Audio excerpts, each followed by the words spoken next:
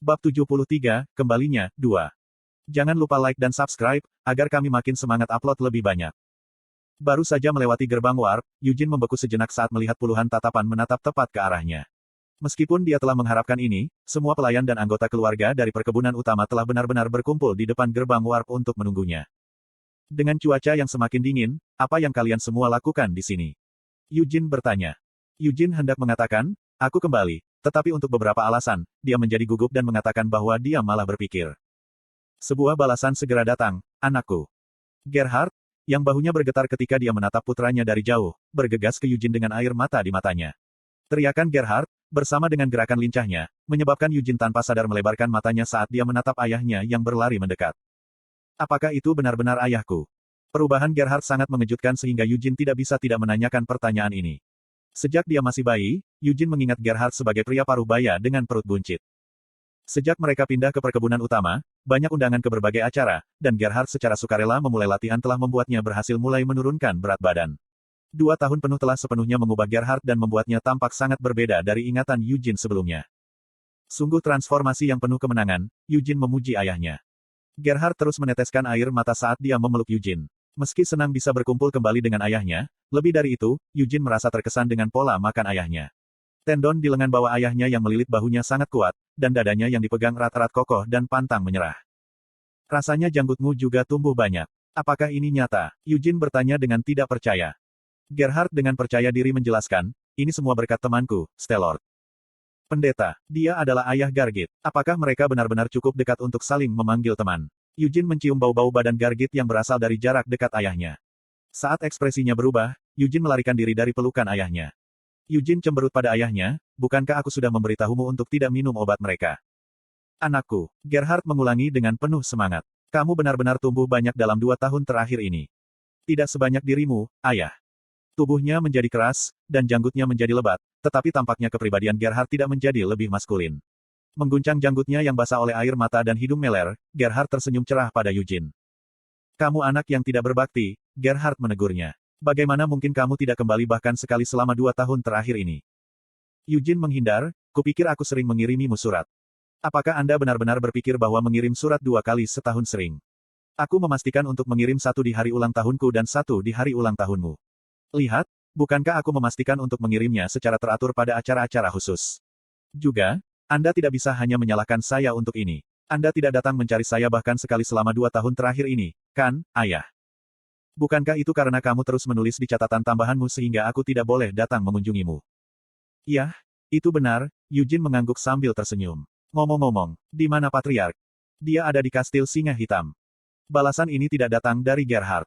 Sebaliknya, itu datang dari Ancila. Berdiri di samping Qian, dia telah menghapus ekspresi kakunya dan sekarang menunjukkan senyum cerah kepada Eugene. Ancila melanjutkan, bagaimanapun, tahun depan sudah dekat, dan kamu tahu apa artinya itu, kan? Sudah waktunya untuk upacara pendewasaan Anda. Petik 2. Ah, Eugene mendengus mengerti. Itu adalah salah satu tradisi klan Leonhardt, seperti upacara kelanjutan garis darah. Tetapi sementara itu dihadiri oleh semua anggota garis langsung dan kolateral yang memenuhi syarat, upacara pendewasaan, hanya untuk anak-anak dari keluarga utama. Edward, putra tertua dari keluarga utama, telah menjadi dewasa 2 tahun lalu. Dalam keadaan normal, Edward akan menjadi yang pertama dari bersaudara yang mengadakan upacara pendewasaan. Tapi Edward praktis diasingkan dari keluarga utama karena keterlibatannya dengan ilmu hitam, dan dia bahkan tidak mendapat kehormatan dengan upacara pendewasaan.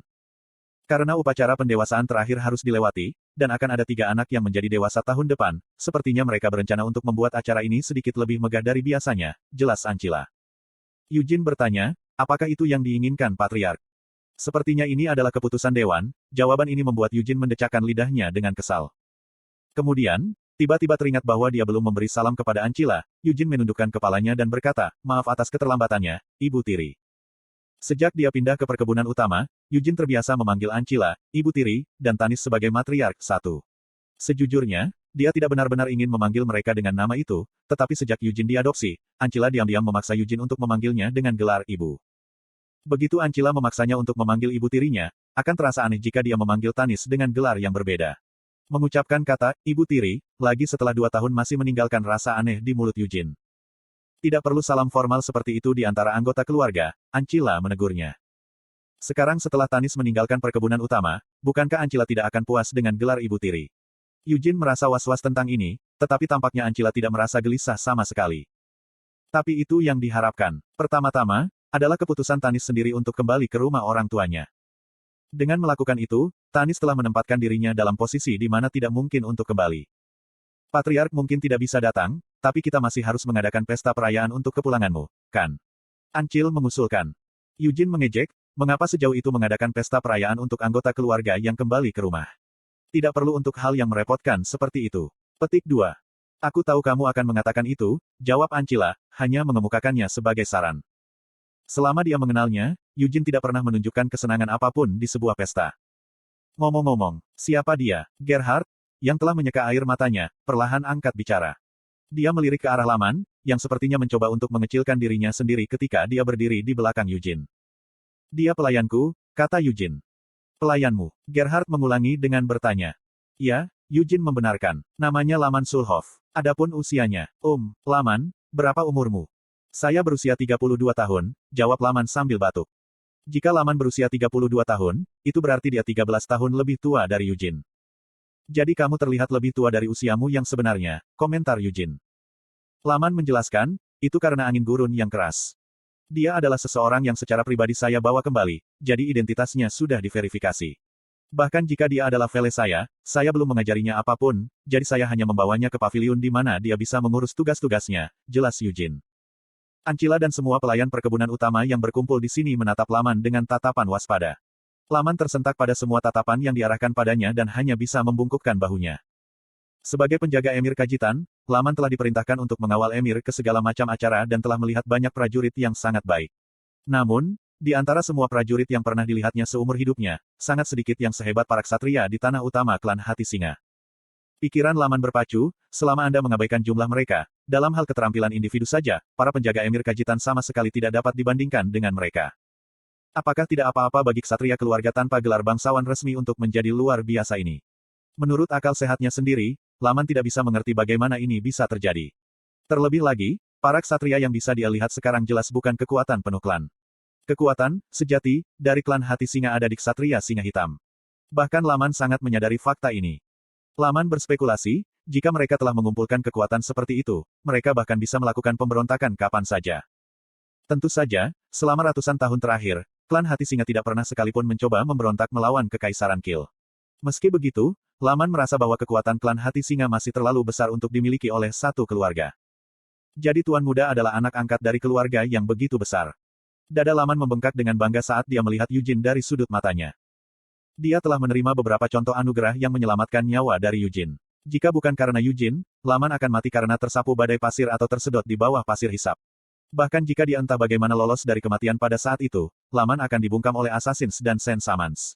Atau dia bisa saja dibunuh oleh Amelia Merwin di tempat itu jauh di bawah tanah, atau mungkin hewan peliharaannya yang akan menghabisinya. Atau dia bahkan mungkin telah terperangkap jauh di bawah tanah dan mati karena kelaparan. Semua ini terjadi karena dia telah terlibat dengan Eugene, tetapi Laman masih merasa harus membalas anugerah penyelamatan nyawa Eugene. Dengan niat inilah Laman memutuskan untuk berpisah dengan Tairi Al-Madani dan menjadi bawahan Eugene. Bahkan jika tugas yang diminta untuk dia lakukan hanyalah tugas untuk Mansion, tidak peduli apapun itu, selama itu dilakukan demi melayani Eugene, tidakkah dia bisa membalas budi masa lalu tuannya sedikit demi sedikit? Kecil. Nina, Eugene melambai ke arah Nina, yang telah menunggu di dekatnya. Nina yang berusia 22 tahun tidak memiliki penampilan wajah bayi yang sama seperti 2 tahun lalu. Mata Eugene menyipit saat dia mengamati tubuh ramping Nina. Apakah kamu mengabaikan makan karena aku tidak ada di sini? Atau mungkinkah seseorang menindas Anda? Kenapa kau terlihat sangat kurus? Eugene menanyainya. Tuan Muda, saya agak sibuk karena Anda mengatakan Anda akan kembali begitu tiba-tiba, jelas Nina. Eugene menolak untuk menerima ini, kamu bukan satu-satunya yang bekerja di pavilion, jadi mengapa hal-hal yang sangat sibuk dan merepotkan hanya untukmu? Apakah seseorang menyuruh Anda melakukan semua pekerjaan itu sendirian? Apakah itu kepala pelayan? Saat mata Eugene menoleh ke arah mereka, wajah kepala pelayan, yang berdiri di belakang Nina, memucat. Tidak sama sekali, Pak, kepala pelayan itu dengan cepat menyangkal. Nina juga membantah, aku yang bilang akan menanganinya sendiri. Tapi sepertinya kamu tidak berubah sama sekali, Tuan Eugene. Meskipun kepala pelayan bertanggung jawab atas semua pelayan yang bekerja di perkebunan Leonhard, lampiran tempat tinggal Eugene adalah tempat terlarang yang kepala pelayan tidak berani sentuh. Eugene juga menyadari fakta ini. Hanya saja, karena dia kembali setelah waktu yang lama, dia ingin memeriksa apakah pelayan lain mungkin telah menggertak Nina. Jika itu masalahnya, maka saya senang. Nina, bawa lelaki tua ini bersamamu dan ajari dia bagaimana melakukan tugas-tugas, perintah Eugene. Tugas macam apa yang harus saya bimbing untuknya? Tanya Nina. Eugene mempertimbangkan pertanyaan itu, membersihkan istal dan gimnasium. Juga, tugas apapun yang tidak ingin kau lakukan, yang menyusahkan yang membutuhkan banyak kekuatan. Nina ragu-ragu, apakah tidak apa-apa bagiku untuk melakukan itu? Bukankah dia pelayan pribadimu, Tuan Eugene? Itu karena dia pelayanku sehingga dia harus melakukan tugas yang kusuruh dia lakukan. Eugene kemudian memperkenalkannya, Laman, nama wanita ini adalah Nina, dan dia adalah pelayan eksklusifku. Jika Anda harus mengatakannya, maka saya kira Anda bisa memanggilnya senior langsung Anda. Petik 2. Nama saya Laman Sulhoff, Laman memperkenalkan dirinya. Seniornya, Laman menatap Nina dengan ekspresi pahit. Sebelum tiba di perkebunan utama Leonhardt, dia telah mendengarkan Eugene berbicara tentang tokoh-tokoh kunci perkebunan Leonhardt. Bahkan Nina, seorang pelayan, adalah salah satu dari tokoh kunci ini. Apakah saya benar-benar perlu mengambil seorang gadis 10 tahun lebih muda dari saya sebagai senior saya? Meskipun Laman telah memutuskan untuk memberikan hidupnya kepada Eugene, jauh di lubuk hatinya, masih ada kebanggaan seorang pejuang dari gurun yang biadab. Tentu saja, kebanggaan itu tidak berani mengangkat kepalanya dari lubuk hatinya. Meski luka akibat pukulan yang Eugene berikan padanya sudah sembuh, Laman masih takut dengan tinju Eugene. Eugene bertanya pada Qian, mengapa kamu bertingkah begitu kaku? Berniat untuk membantu kedua saudara kandung menyelesaikan ketegangan di antara mereka, Ancila membawa para pelayan bersamanya saat dia pergi. Setelah mengembangkan beberapa kebijaksanaan selama waktunya dihabiskan di perkebunan utama, Gerhard secara alami pergi bersama Ancila. Nina mengikutinya, membawa Laman bersamanya saat dia kembali ke paviliun. Berkat itu, hanya Eugene dan Qian yang tersisa di depan gerbang warp. Eugene terus berbicara sambil menyeringai pada Qian, yang memiliki kerutan intens di wajahnya. Lagi pula, bahkan Lady Ancila bisa tersenyum padaku sambil mengatakan bahwa itu sudah lama sekali. Apakah kamu tidak merindukanku? Ada apa dengan ekspresimu? Apakah Anda sembelit? Petik 2. Meskipun kau terus memanggilnya, Ibu Tiri, saat ibuku ada di sini, sekarang kembali ke Lady Ancila. Qian menunjuk dengan sinis. Konten iklan. Eugene membela diri, aku perlu memanggilnya dengan nama itu untuk membuat Lady Ancila bahagia, bukan? Dan kamu pikir kamu siapa, sehingga kamu perlu mencoba dan membuat ibuku bahagia? Qian menggeram agresif. Bajingan, ada apa denganmu? Apakah Anda terkena pubertas terlambat seperti Ciel? Tapi itu tidak seharusnya terjadi. Anda sudah melewati masa pubertas ketika Anda berusia 15 tahun. Apakah Anda sudah lupa waktu itu? Kamu diam-diam mencuri beberapa rokok dari para ksatria, dan ketika kamu mencoba untuk menghisapnya. Diam-diam, Qian meledak saat wajahnya memerah. Kemudian setelah memelototi Eugene selama beberapa saat, dia menghela nafas panjang. Akhirnya, Qian bertanya, kamu, sebenarnya apa sih identitas aslimu? Identitas? Apa maksudmu, identitas? Eugene mengulangi, bingung. Qian menarik napas dalam-dalam, kamu. Apa kamu benar-benar seumuran denganku, baru 19 tahun? Kau ingin aku mengatakan yang sebenarnya? Kalau begitu aku sebenarnya tidak seumuran denganmu saat aku bereinkarnasi, aku Eugene. Berhenti dengan omong kosong itu. Apa gunanya menanyakan identitas aslinya ketika Qian tidak mempercayainya bahkan ketika dia mengatakan yang sebenarnya? Eugene mendecakkan lidahnya untuk menegur dan menepuk bahu Qian. Setelah lama tidak bertemu denganku, apakah kamu tiba-tiba menyadari betapa hebatnya saudaramu? Eugene menggoda. Iya, Qian membenarkan. Apa yang terjadi dengan bajingan ini? Mengatakan sesuatu yang sangat memalukan. Eugene hanya bisa mengedipkan matanya karena terkejut mendengar jawaban jujur Qian. 2 tahunmu dan 2 tahunku. Meskipun 2 tahun yang sama telah berlalu untuk kita berdua. Denganmu, rasanya seperti 20 tahun telah berlalu, Qian meludah dengan suara yang meluap-luap dengan frustrasi. Kemudian Qian menghela nafas panjang sambil mengendurkan tinjunya yang telah mengepal begitu erat hingga menjadi pucat karena aliran darah yang terbatas. Qian melanjutkan, saya pikir saya juga bekerja dengan sangat rajin. Saat kamu belajar sihir, aku baru saja mengayunkan pedangku seperti orang gila di sini, di perkebunan utama. Pada saat yang sama, saya juga berlatih formula api putih. Aku mengubah cahaya pedangku menjadi kekuatan pedang, dan sambil memperkuat kekuatan pedangku, aku juga melatih manaku. Kamu benar-benar telah bekerja keras, gumam Eugene sambil mengamati Qian dari atas ke bawah. Mana Qian telah meningkat begitu banyak sehingga tidak ada bandingannya dengan jumlah yang dia miliki 2 tahun lalu, dan itu juga telah disempurnakan lebih lanjut. Meskipun Qian belum menemukan jawabannya, sepertinya dia berada di ambang mencapai bintang ketiga dari formula api putih. Ini adalah prestasi luar biasa yang hanya terlihat beberapa kali dalam sejarah klan Leonhardt. Jumlah orang dalam ratusan tahun sejarah keluarga yang telah berhasil mencapai bintang ketiga formula api putih sebelum mencapai usia dewasa dapat dihitung dengan jari tangan seseorang. Konon, masih mustahil bagi Qian untuk bersaing dengan Eugene. Eugene telah mencapai bintang keempat dari formula api putih, dan tidak hanya itu, dia bahkan telah menciptakan formula api cincin. Tidak ada cara bagi Qian untuk mempersempit celah ini. Pertama-tama, itu adalah persaingan yang tidak sehat. Dukungan yang diterima Qian sejak lahir di keluarga utama tidak seberapa dibandingkan dengan fakta bahwa Yujin adalah hamil di kehidupan sebelumnya dan memiliki semua ingatannya sejak saat itu. Selain itu, Yujin telah memastikan untuk tidak menyia-nyiakan satu momen pun dari kehidupan keduanya. Jadi apa alasannya untuk tidak melatih mana sebelum upacara kelanjutan garis darah? Itu karena Yujin tahu bahwa memulai mananya beberapa tahun kemudian tidak akan memberinya kerugian. Berkat fakta bahwa dia telah menunggu alih-alih melawan arus, Yujin telah berhasil mendapatkan formula api putih Great Vermouth dan Storm Sword Wind. Dengan ini, pertumbuhan Yujin telah dipercepat secara eksplosif. Yujin saat ini lebih kuat dari hamil ketika dia pertama kali bertemu Vermouth. Paling lambat, 10 tahun dari sekarang, dia akan tumbuh sekuat dia di kehidupan sebelumnya, tidak, bahkan lebih kuat.